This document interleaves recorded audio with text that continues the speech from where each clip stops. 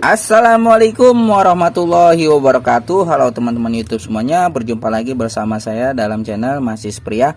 Nah, pada video kesempatan kali ini di sini saya akan memberikan tips servis tutorial cara mengganti kompresor kulkas satu pintu, yang mana problemnya kompresor kulkas satu pintu ini ampernya tinggi ya teman, yang mana kita sudah melakukan percobaan dengan melakukan menembak atau mendorong kompresor ini dengan kapasitor starting dan juga kapasitor running, yang mana saya sudah buat videonya di video part satunya ya teman. Ini video part 2 nya.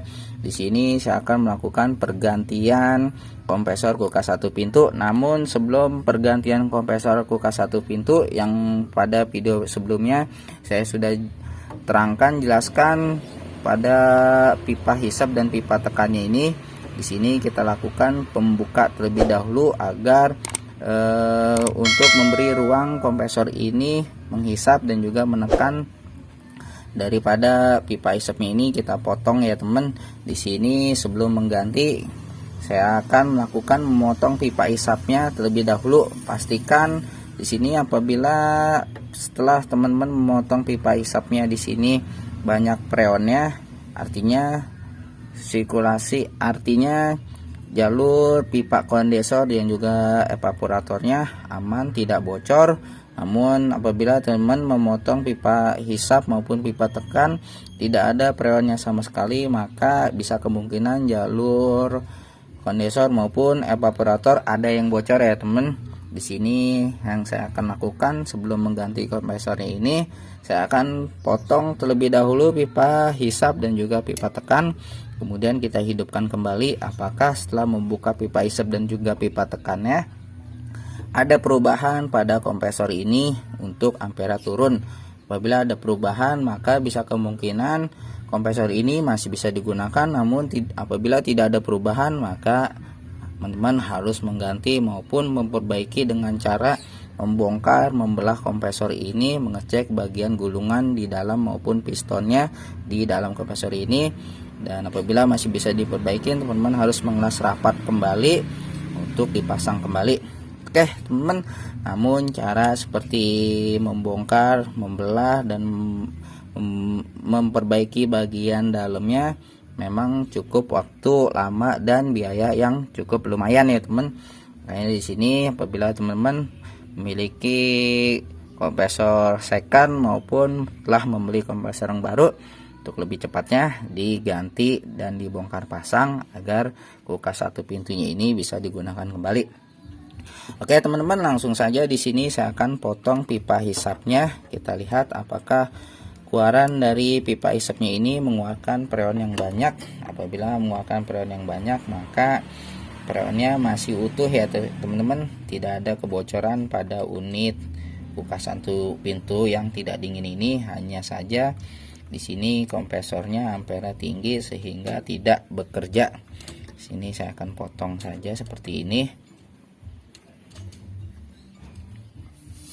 Nah ya teman-teman, di sini banyak sekali freon. Artinya freonnya masih oke, masih bagus, masih tersimpan di jalur pipanya, tidak ada kebocoran. Namun karena kompresornya ini ampere tinggi, makanya di sini kita buka terlebih dahulu untuk mengetahui memberi perubahan, apakah ada perubahan setelah pipa hisap dan pipa tekannya kita potong, karena bisa kemungkinan yang mana ampere kompresornya ini tinggi, bisa karena bagian lilitan piston yang di dalamnya macet, maupun karena di sini oli dan juga kompresor, oli dan juga freon pada di jalur pipanya macet, buntu, sehingga menyebabkan kompresor ini macet ya teman, ampere tinggi. Ini saya akan potong terlebih dahulu. Hati-hati ya teman, agar tidak bengkok maupun patah.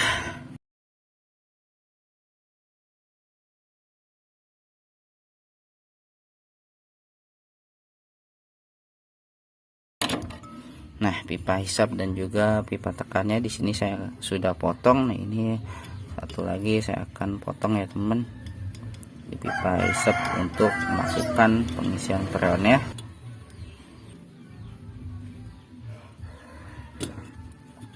Nah, ini sudah terlepas semuanya, bagian pipa hisap kiri kanan dan juga pipa tekannya.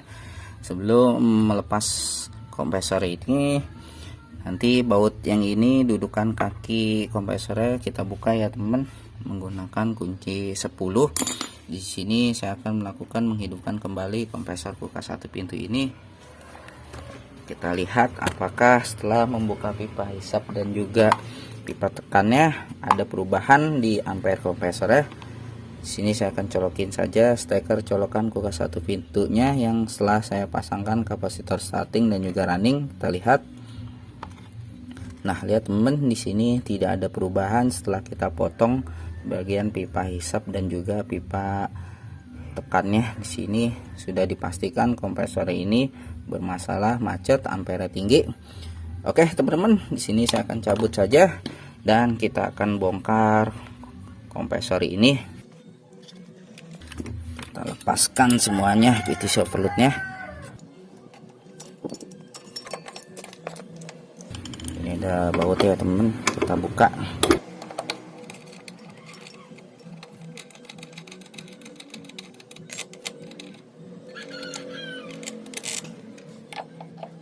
Nah teman-teman, baut pada kompresornya ini di sini saya sudah buka kiri kanan semuanya.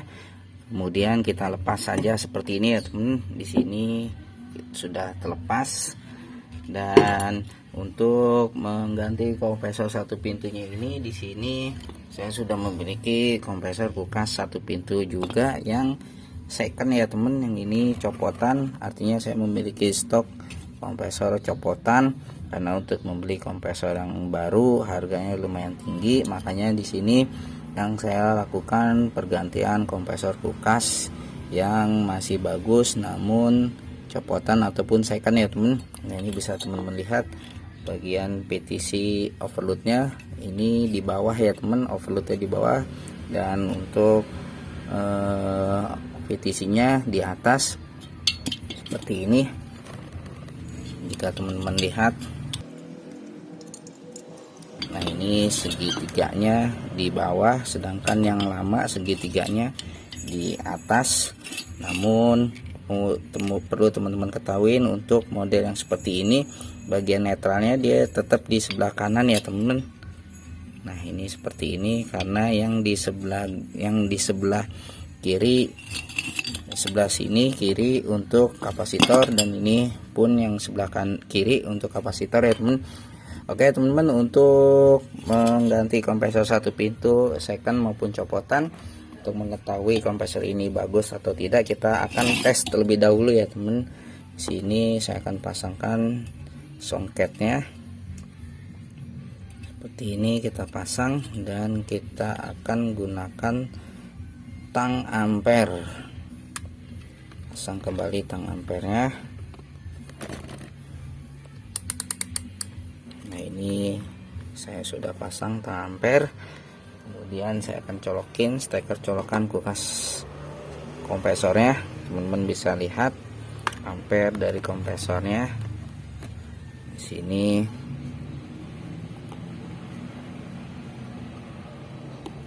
Saya akan colokin. Nah, ini kompresornya sudah hidup, sudah bekerja ya teman. Dan ini kita bisa mengetahui press kompresor ini di sini masih bagus, dan untuk pipa hisapnya pun di sini ini masih menghisap dua-duanya.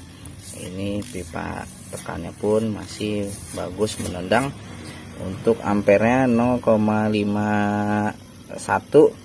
Nanti ketika kita pasang, kita isi freon, maka dia akan 0,6 ampere ya teman-teman. Sini 0,6 ampere, teman-teman bisa lihat. Nah, ini 0,6 ampere. Oke teman-teman, sebelum di sini saya melakukan pergantian kompresor pada bagian kaki maupun belakang kulkas satu pintunya, di sini saya akan bersihkan terlebih dahulu ya teman. Nanti saya akan pasang kembali kompresor yang copotan maupun second ini. Oke teman-teman, setelah membersihkan bagian dudukan mesin kompresornya dari debu dan kotoran, di sini sudah kembali saya pasang kompresor copotan yang menggantikan kompresor yang ampere tinggi ya teman. Di sini sudah terpasang bautnya, dan ini pipa dari tekan kita akan sambungkan kembali ke bagian kondensor ya teman. Ini pipa tembaga ketemu tembaga, dan untuk pipa tembaga yang besinya ini udah bawaan dari pabrikan. Untuk mengelas ini kita cukup menggunakan kawat las. Apabila langsung ketemu besi, maka teman-teman bisa menggunakan borak untuk membantu mengelas agar proses mengelasnya tidak bocor kembali. Nah, di sini setelah saya pasang kompresornya, saya akan melakukan pengelasan pada pipa tekannya ya teman-teman. Nanti sebelum dipasang dipasang dan setelah kita melakukan pengelasan pada pipa tekannya, saya akan melakukan flushing manual pada rangkaian kondensor dan juga evaporatornya. Di sini saya akan las terlebih dahulu.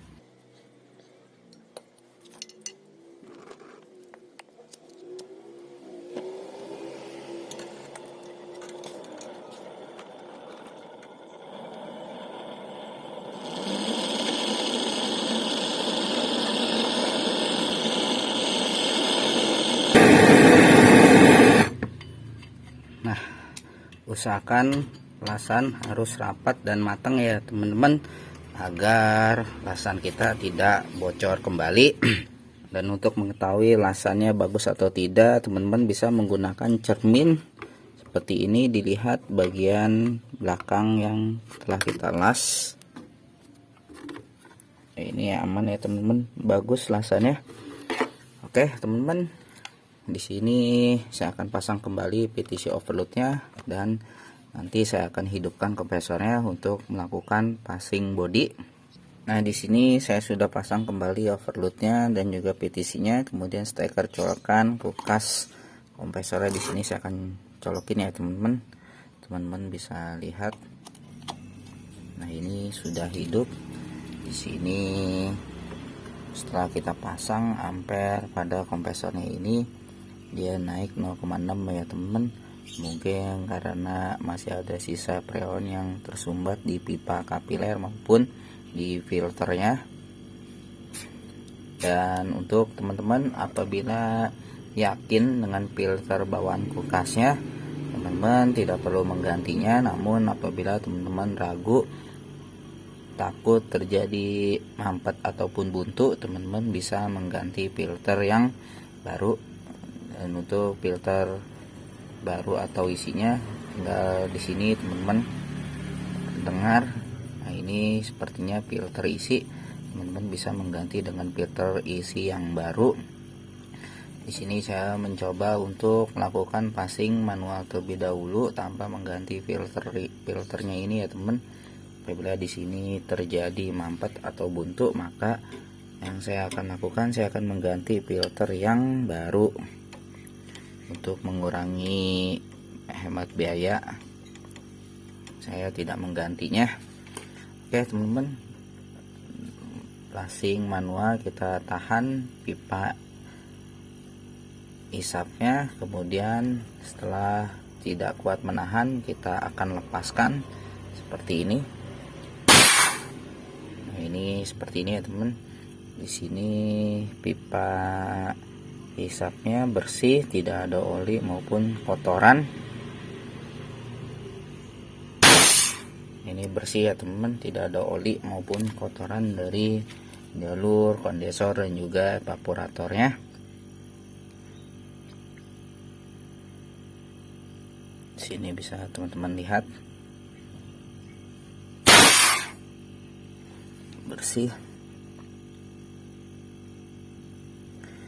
Hal ini teman-teman lakukan passing kisaran setengah jam ataupun beberapa kali untuk menekan, membuang kotoran maupun oli yang berada di epak ya teman-teman. Namun apabila hal ini terjadi mampet, maka pengerjaan teman-teman harus menggunakan harus melakukan flashing ulang dan vakum bodi ulang semuanya. Ya, resikonya emang seperti itu ya teman-teman. Apabila teman-teman tidak mengganti filternya, resikonya bisa terjadi mampet atau buntu. Karena ini saya mengerjakan kulkasnya di bengkel saya sendiri, maka nanti apabila terjadi mampet ya mau nggak mau saya ganti filternya.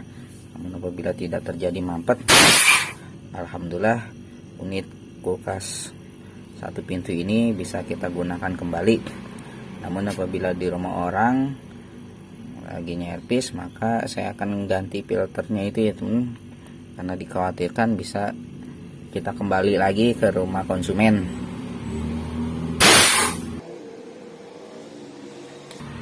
Sini saya akan melakukan flashing beberapa kali. Nanti setelah melakukan flashing beberapa kali, saya akan pasang pipa hisapnya ke pipa hisap di kompresor ya teman. Lalu melakukan vakum jalur pipanya.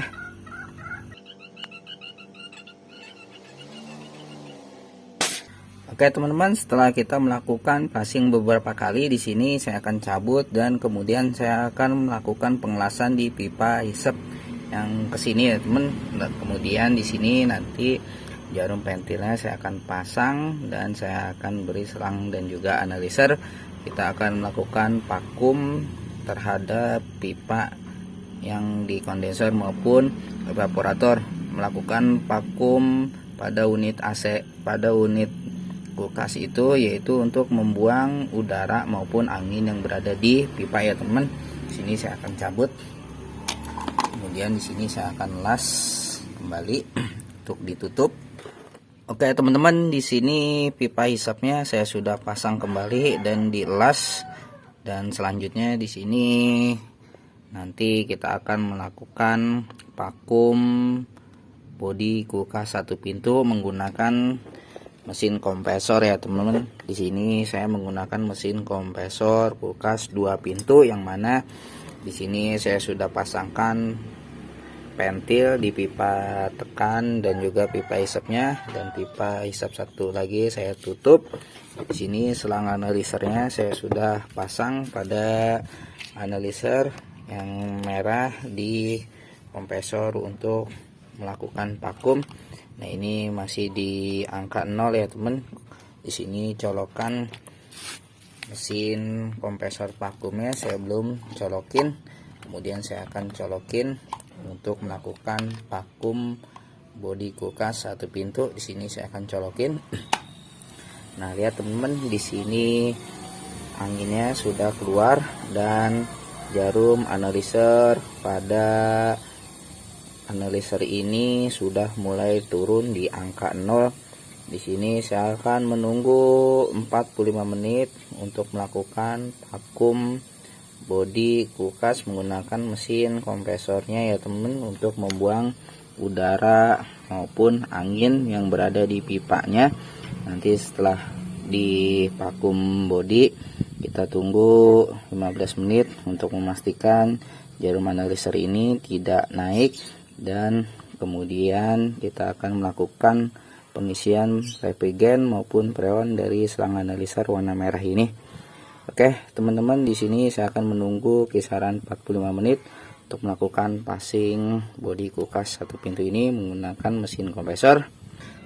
Oke teman-teman, setelah 45 menit di sini saya melakukan vakum bodi. Di sini keran analisernya saya akan tutup terlebih dahulu.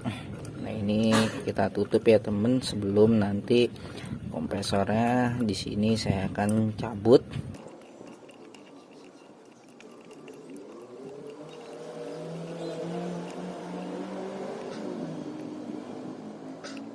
Nah, ini sudah saya tutup. Di sini saya akan cabut saja steker colokan kulkas vakumnya.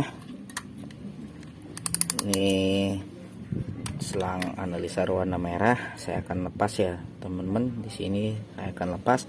Nanti selang analiser ini saya akan masukkan ke kaleng freon untuk mengisi reprigen ataupun gas pada kulkas satu pintu yang baru saja kita ganti kompresornya. Nah, ini sudah lepas. Sebelum kita mengisi reprigen ataupun freon 134, di sini saya akan menunggu kisaran 15 menit ataupun 25 menit untuk memastikan jarum analiser ini tidak naik. Apabila jarum analiser ini naik, maka bisa kemungkinan las-lasan yang kita las sambungan ada kebocoran, ataupun di pipa hisap yang lain di bagian dalamnya ada kebocoran. Mudah-mudahan ini aman ya teman. Di sini saya akan menunggu 25 menit untuk memastikan jarum analiser ini tidak naik. Nanti selang analiser warna merah ini saya akan masukkan ke kaleng freon reprigen. Oke teman-teman, setelah menunggu 45 menit, di sini jarum pada analisernya alhamdulillah tidak naik, dan di sini saya sudah pasangkan di kaleng reprigen R134 ya teman. Di sini kalengnya isi ulang, saya menggunakan kaleng bekas R22. Nah, ini saya akan melakukan pengisian freon. Di sini kita buka terlebih dahulu keran pada kaleng freonnya. Ini kita buka ya teman-teman. Ini saya akan buka. Oke. Sebelum kita melakukan membuka keran ini, kita buang dulu angin yang berada di selang warna merahnya ini. Cara kita seperti ini. Nah, ini sudah cukup untuk membuang angin atau udara yang di selang warna merah. Di sini saya akan membuka keran analisernya untuk melakukan pengisian terhadap kulkas yang baru saja kita ganti unit kompresornya. Sini saya akan isi. Ini saya isi dalam keadaan kosong ya teman-teman. Dalam keadaan kosong dan dalam keadaan kompresornya mati. Di sini saya akan beri tekanan di 20 PSI terlebih dahulu.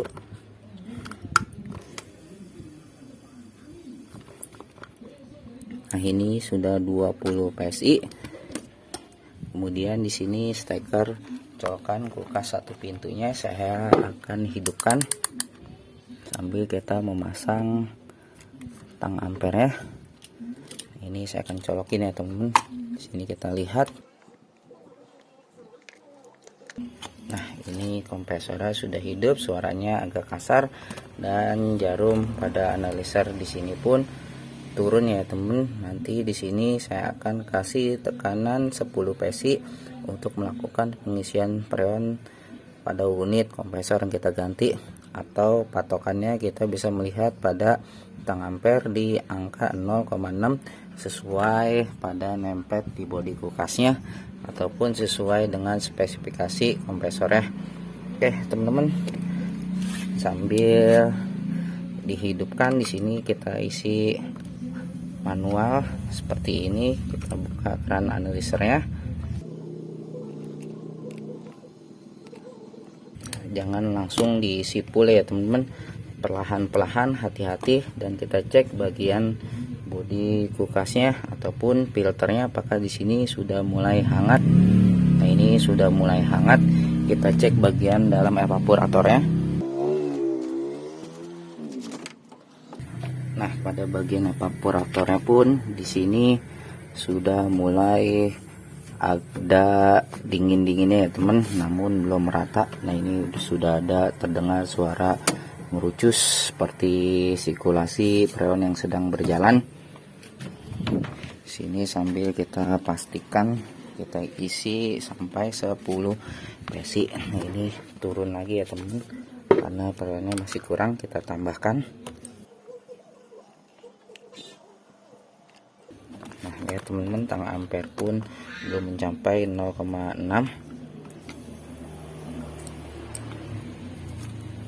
Ini sudah mulai mendekati 10 PSI.